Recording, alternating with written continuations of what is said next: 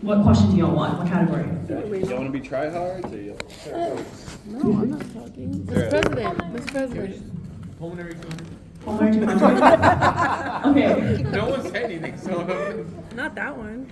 We look to you, our fearless leader. You have 5 seconds to answer this question, okay? Oh, that's pretty fast. What is exchange of the alveoli and lungs? Deoxygenated and oxygenated. Oxygen, carbon dioxide. Yes, okay. So it's CO2 and O2. So team 1 get 200 points, $200. And once you have the answer, you just raise your hand and I'll pick someone from the team. So team 1 has successfully gotten 200 pulmonary. All right, team 2, what would y'all like to pick?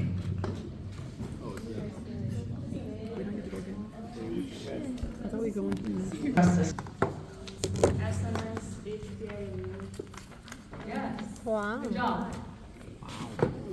Yes, HPA, SNS, and immune. List one similarity and one difference between norepinephrine and epinephrine. We have a big slide, but like you said, they're both catecholamines. And then you want to expand on the difference?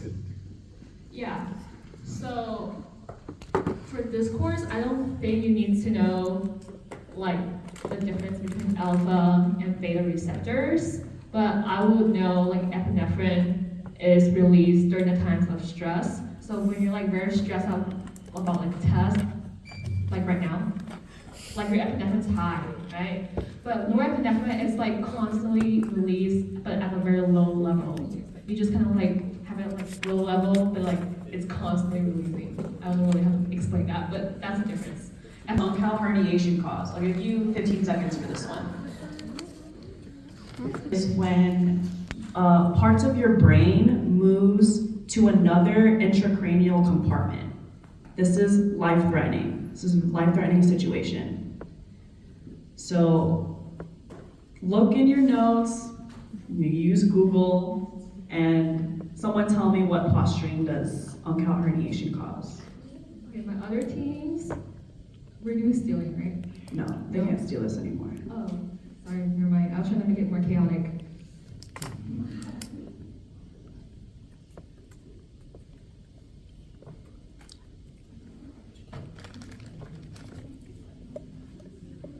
Arms flex towards your core, so it kind of looks like this. Their arms are flexing towards their core, and you can also see that their legs and their feet are turned inwards. Decerebrate is when they're extended out. So instead of it, oh wait, no, this is decorticate, sorry, like this. Decerebrate is this. Their legs and arms are like abnormally straight. Which Root word core means body, right? So think of like your arms and feet are kind of like curling towards the body. I'm not doing it right, but towards the body. And then decerebrate, do you see like a lot of E's? Like I see at least 4 E's, right? So think about extension. E, extension. Extension starts with the E. Two of them, no. All right, team 1, your minute is up. Yes. Ready? Okay. So we have glomerular, whatever that is, blood hydrostatic pressure. Okay. There is capsular hydrostatic pressure, Okay. blood colloid osmotic pressure. Yes, that is correct. So I'll put it up on the screen so you guys can see. So she said glomerular blood hydrostatic pressure, capsular hydrostatic pressure, and blood colloid osmotic pressure. So these, you don't have to know them super detailed. You just have to know in general what they do and put them on the slide as well. So just know what it's doing to the water. So remember, hydrostatic is a pushing force and osmotic or oncotic is a pulling force. So just know these definitions and you're fine for this topic. For us, the two most common causes it's NSAIDs and H. pylori, which is a type of bacteria. You'll learn this when you take pharmacology. Yeah. Decreases urine production, yes. easy one. So low urine production, anti-diuretic hormone. Oh, this one. Everyone. So if you didn't hear her, so for the exudative stage, this is, let's like exudate. This is the leakage of water, protein, inflammatory, and red blood cells. Proliferative is when you have structure changes. So everything proliferates, it grows. And then fibrotic is when you have those fibers and it starts to get a little bit more harder. Does that make sense? Okay. Okay, in diabetes type 1, insulin production is not there. So insulin is missing, so there's no blood sugar is increasing in the blood vessels, and the tissues are not able to do anything about it because insulin is not helping the blood sugar into the tissues. Yes. That's type 1. Okay. Type 2. Is there is insulin, but I guess the receptors have an issue, or like there's other issues going on where the blood is not able, or the blood glucose is not able to be taken up by the tissues. I'll take that. Yes. So I'll put the answer up. They got diabetes mellitus 1. So this one is an autoimmune. So they are not able to produce insulin at all. It's genetic. Diabetes mellitus 2 is they don't produce sufficient amount of insulin. And this one is usually caused by just chronic lack of self-care. You see a lot in the hospitals. Diabetes mellitus 1 is rarer than DM2. It's just the difference between the two. Wait, can you clear your Did you throat? hear it? DM2 correlates with obesity. Yeah. DM2 correlates with obesity in seconds. Diabetes has a lot to do with the vascular system, okay? So if you're having that high level of sugar all the time, it's gonna cause inflammation everywhere, which is your vascular system. So where do you have vessels? Everywhere, right? Your eyes, your hands, your feet. That's why you're gonna get blindness, which is also known as diabetic retinopathy. And then you're gonna get neuropathy. Yes, neuropathy, and that's like the tingling of your feet, and you can feel it. So that's why you have to wear shoes when you go out, because if you get hurt, there's no way for you to know it's bleeding, right? And it's gonna get infected, it's gonna lead to limb loss, just like it's a vicious cycle, right? And then Anna Prince said hypertension, right? So if you're causing inflammation of the vessels, like it's just gonna change the blood pressure. You don't really need to know the deep pathophysiology for that, but just know that these two come in together all the time. So, it's my last house. Really? Yeah. Round of applause. And the pathophysiology of the HPA axis activation. Which would go down to the anterior pituitary, releasing ACTH, adrenocorticotropic hormone, and then from the adrenal cortex would release the glucocorticoids, most specifically cortisol. Dang. Yes. Yes, ma'am. Round of applause, everyone. No phones, come on. So we gave you a diagram during our stress presentation. You can also find it on Google, that same diagram. This is more saying it in words. In my opinion, it's easier to see it in picture form and diagram form than it is in words, but if you'd like to read out the steps, we wrote them here. Yes, and note the negative feedback loop. I mean, like in general, not for test.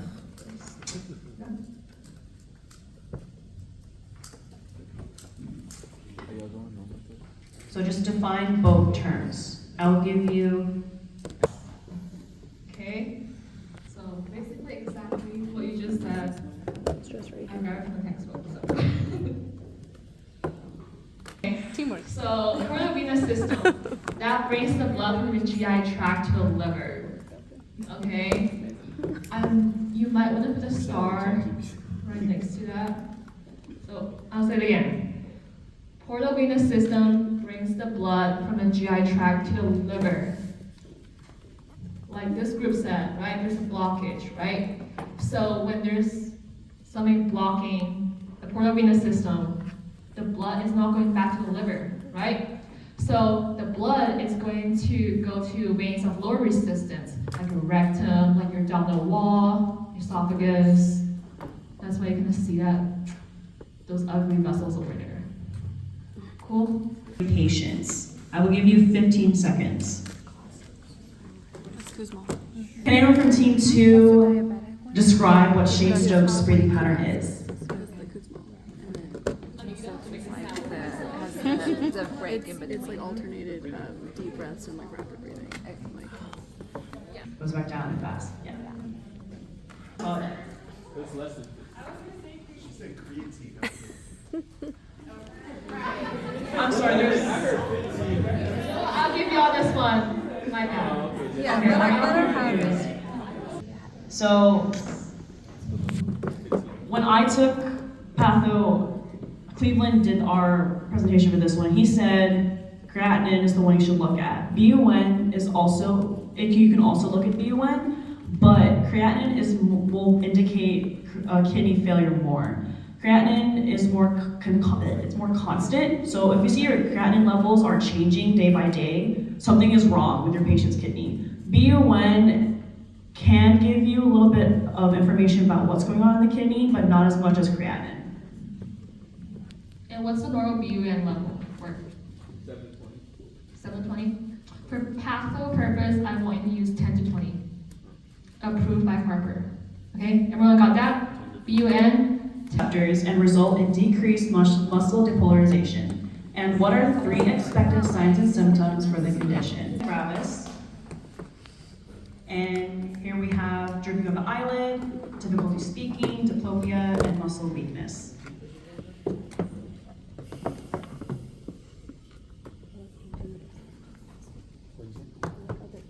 Dysphagia too, because you have muscles here, right?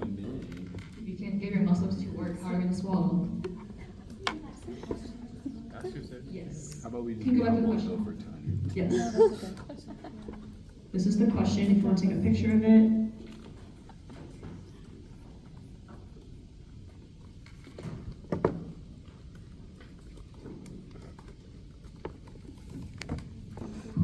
Multiple sclerosis.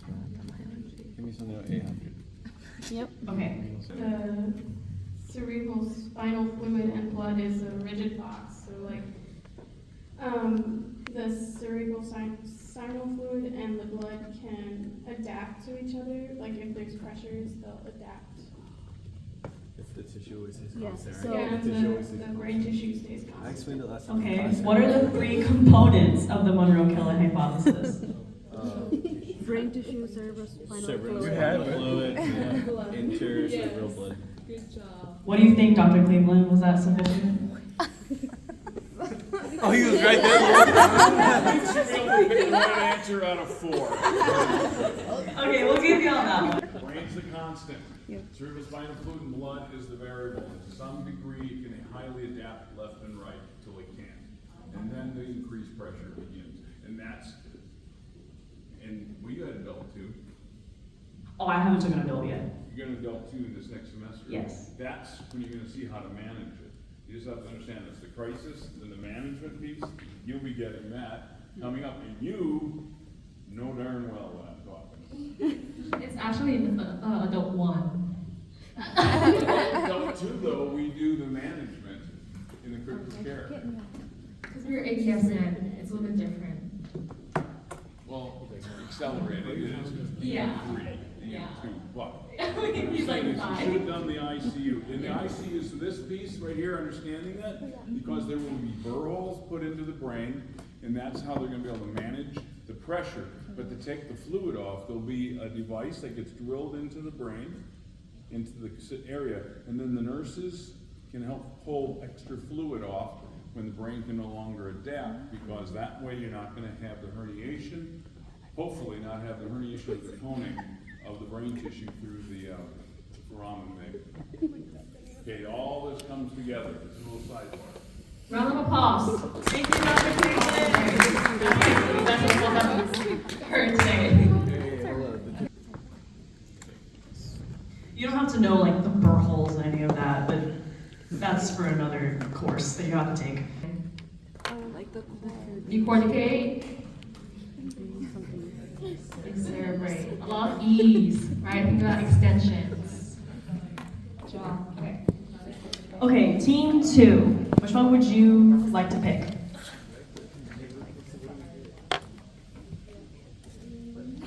Pat on the back. The highest? You have 600s except for stress and neuro.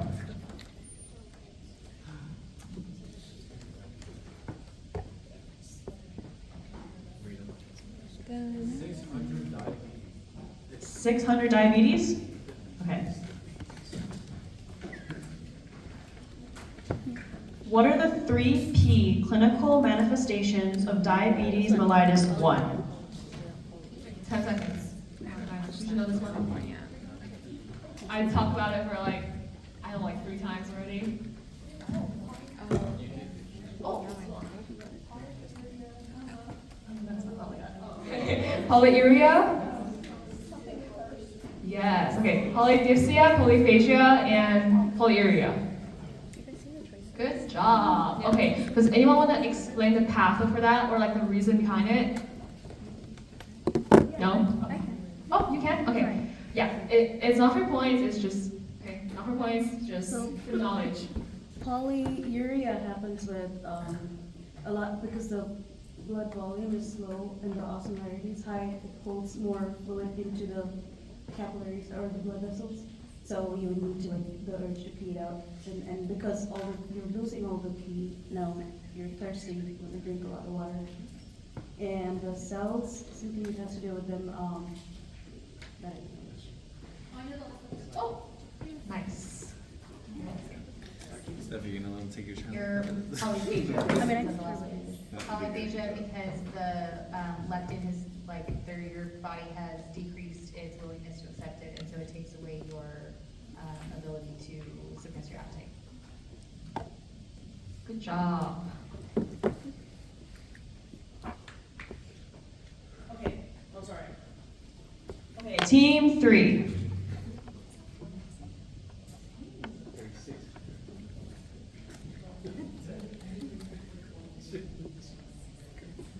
Okay, team 3, come on.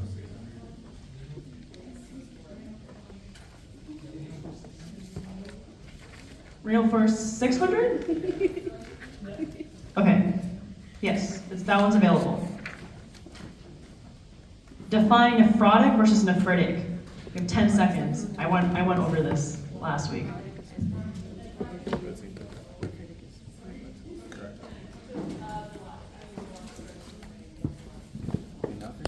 Yes, nephrotic is the loss of proteins in your urine. Nephritic is the loss of blood in the urine. So I know I said for nephrotic, the PRO in there looked like protein, and then nephritic, the I reminds me of emia, which is the suffix for blood. Compliance. Can anyone tell me what decreased compliance is?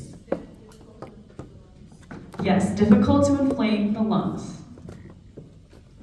I would know this question. Yes.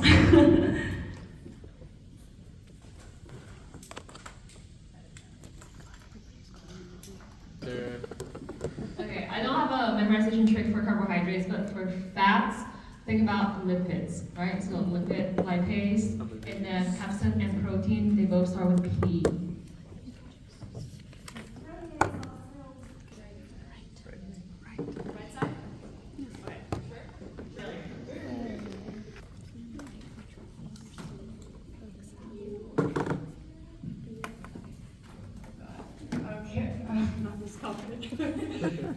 So you have hypertension in the pulmonary veins, pulmonary arteries, which then leads the blood to back up into the right side of the heart, which the muscles thicken to compensate, which leads to right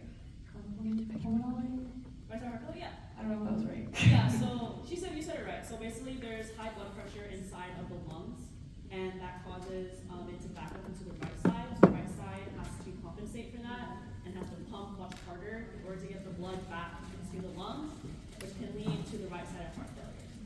So good job. Should I do this? Yes. Is it more than 15 or less than 15? Yes. Less than 15. It's like an 80. Okay, lower quadrant, to the right lower quadrant. Okay. In order to have a good assessment, what is the location that you're going to assess or palpate for pain? What's the name of the location? I think for those who work in the ED, probably know this one. It's something point.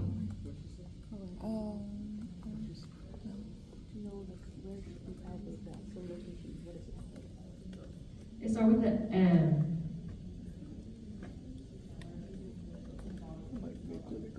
Yeah, not worthies. You should know that for your health assessment test, right? I mean, you already took it, so.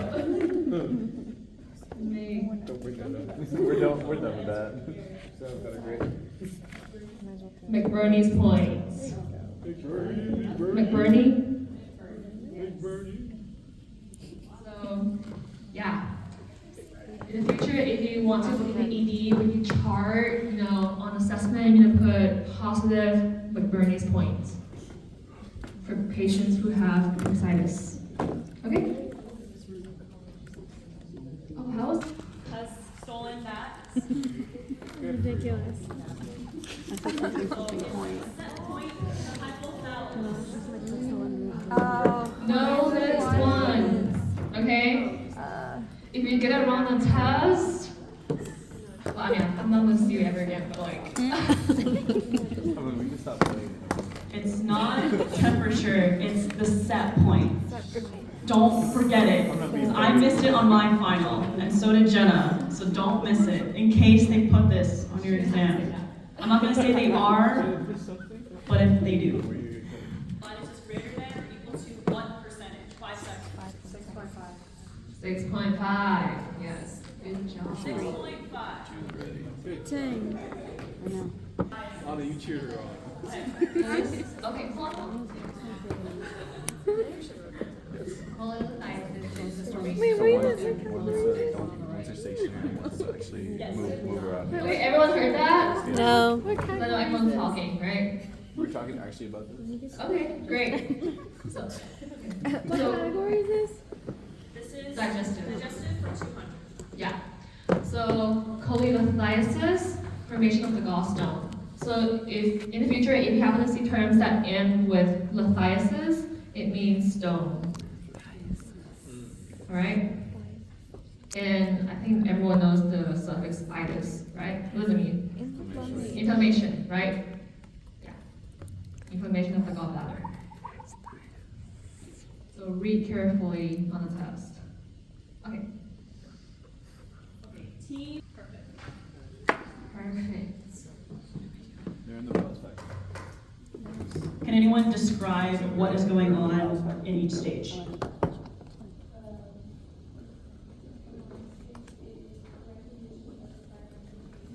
Mm-hmm.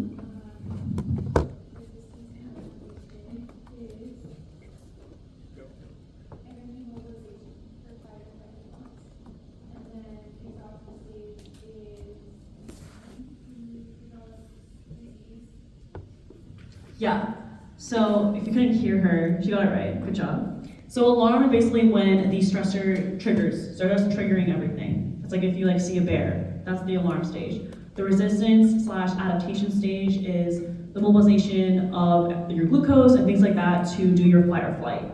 Exhaustion is when your body can no longer keep up with the stress and it starts to break down and you are more susceptible to get diseases. Makes sense? Kind of says it in the name. Okay. Where?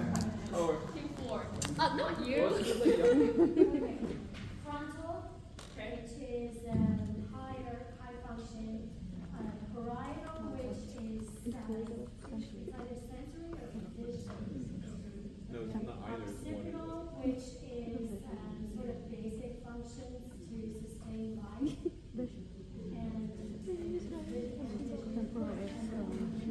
Okay,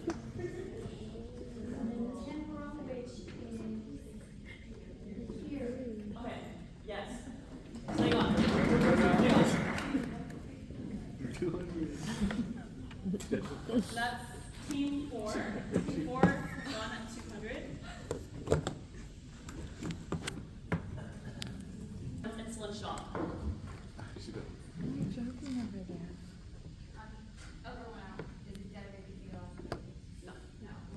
Oh, Prince. There's you.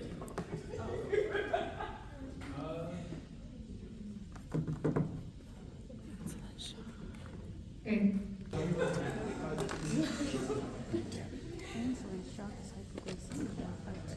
Oh, man. Do we know how to differentiate between hyperglycemia and hypoglycemia?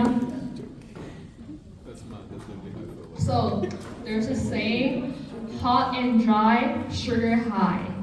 Cold and clammy, give some candy. So usually hypoglycemia is a little bit more serious. But I mean, on the test, I think most likely you will get a question for hyperglycemia, but my memory could have gone wrong. It's been a year, but just know this too. Okay, do I have to repeat that saying? Okay, hot and dry, sugar high. Hot and dry. Cold and clammy, give some candies. So if you're feeling like warm and you have dry skin, most likely you're experiencing hyperglycemia. And if your skin's cool to touch and you just seem pale, then you're probably experiencing hypoglycemia. Okay, everyone caught that? Can you show the question on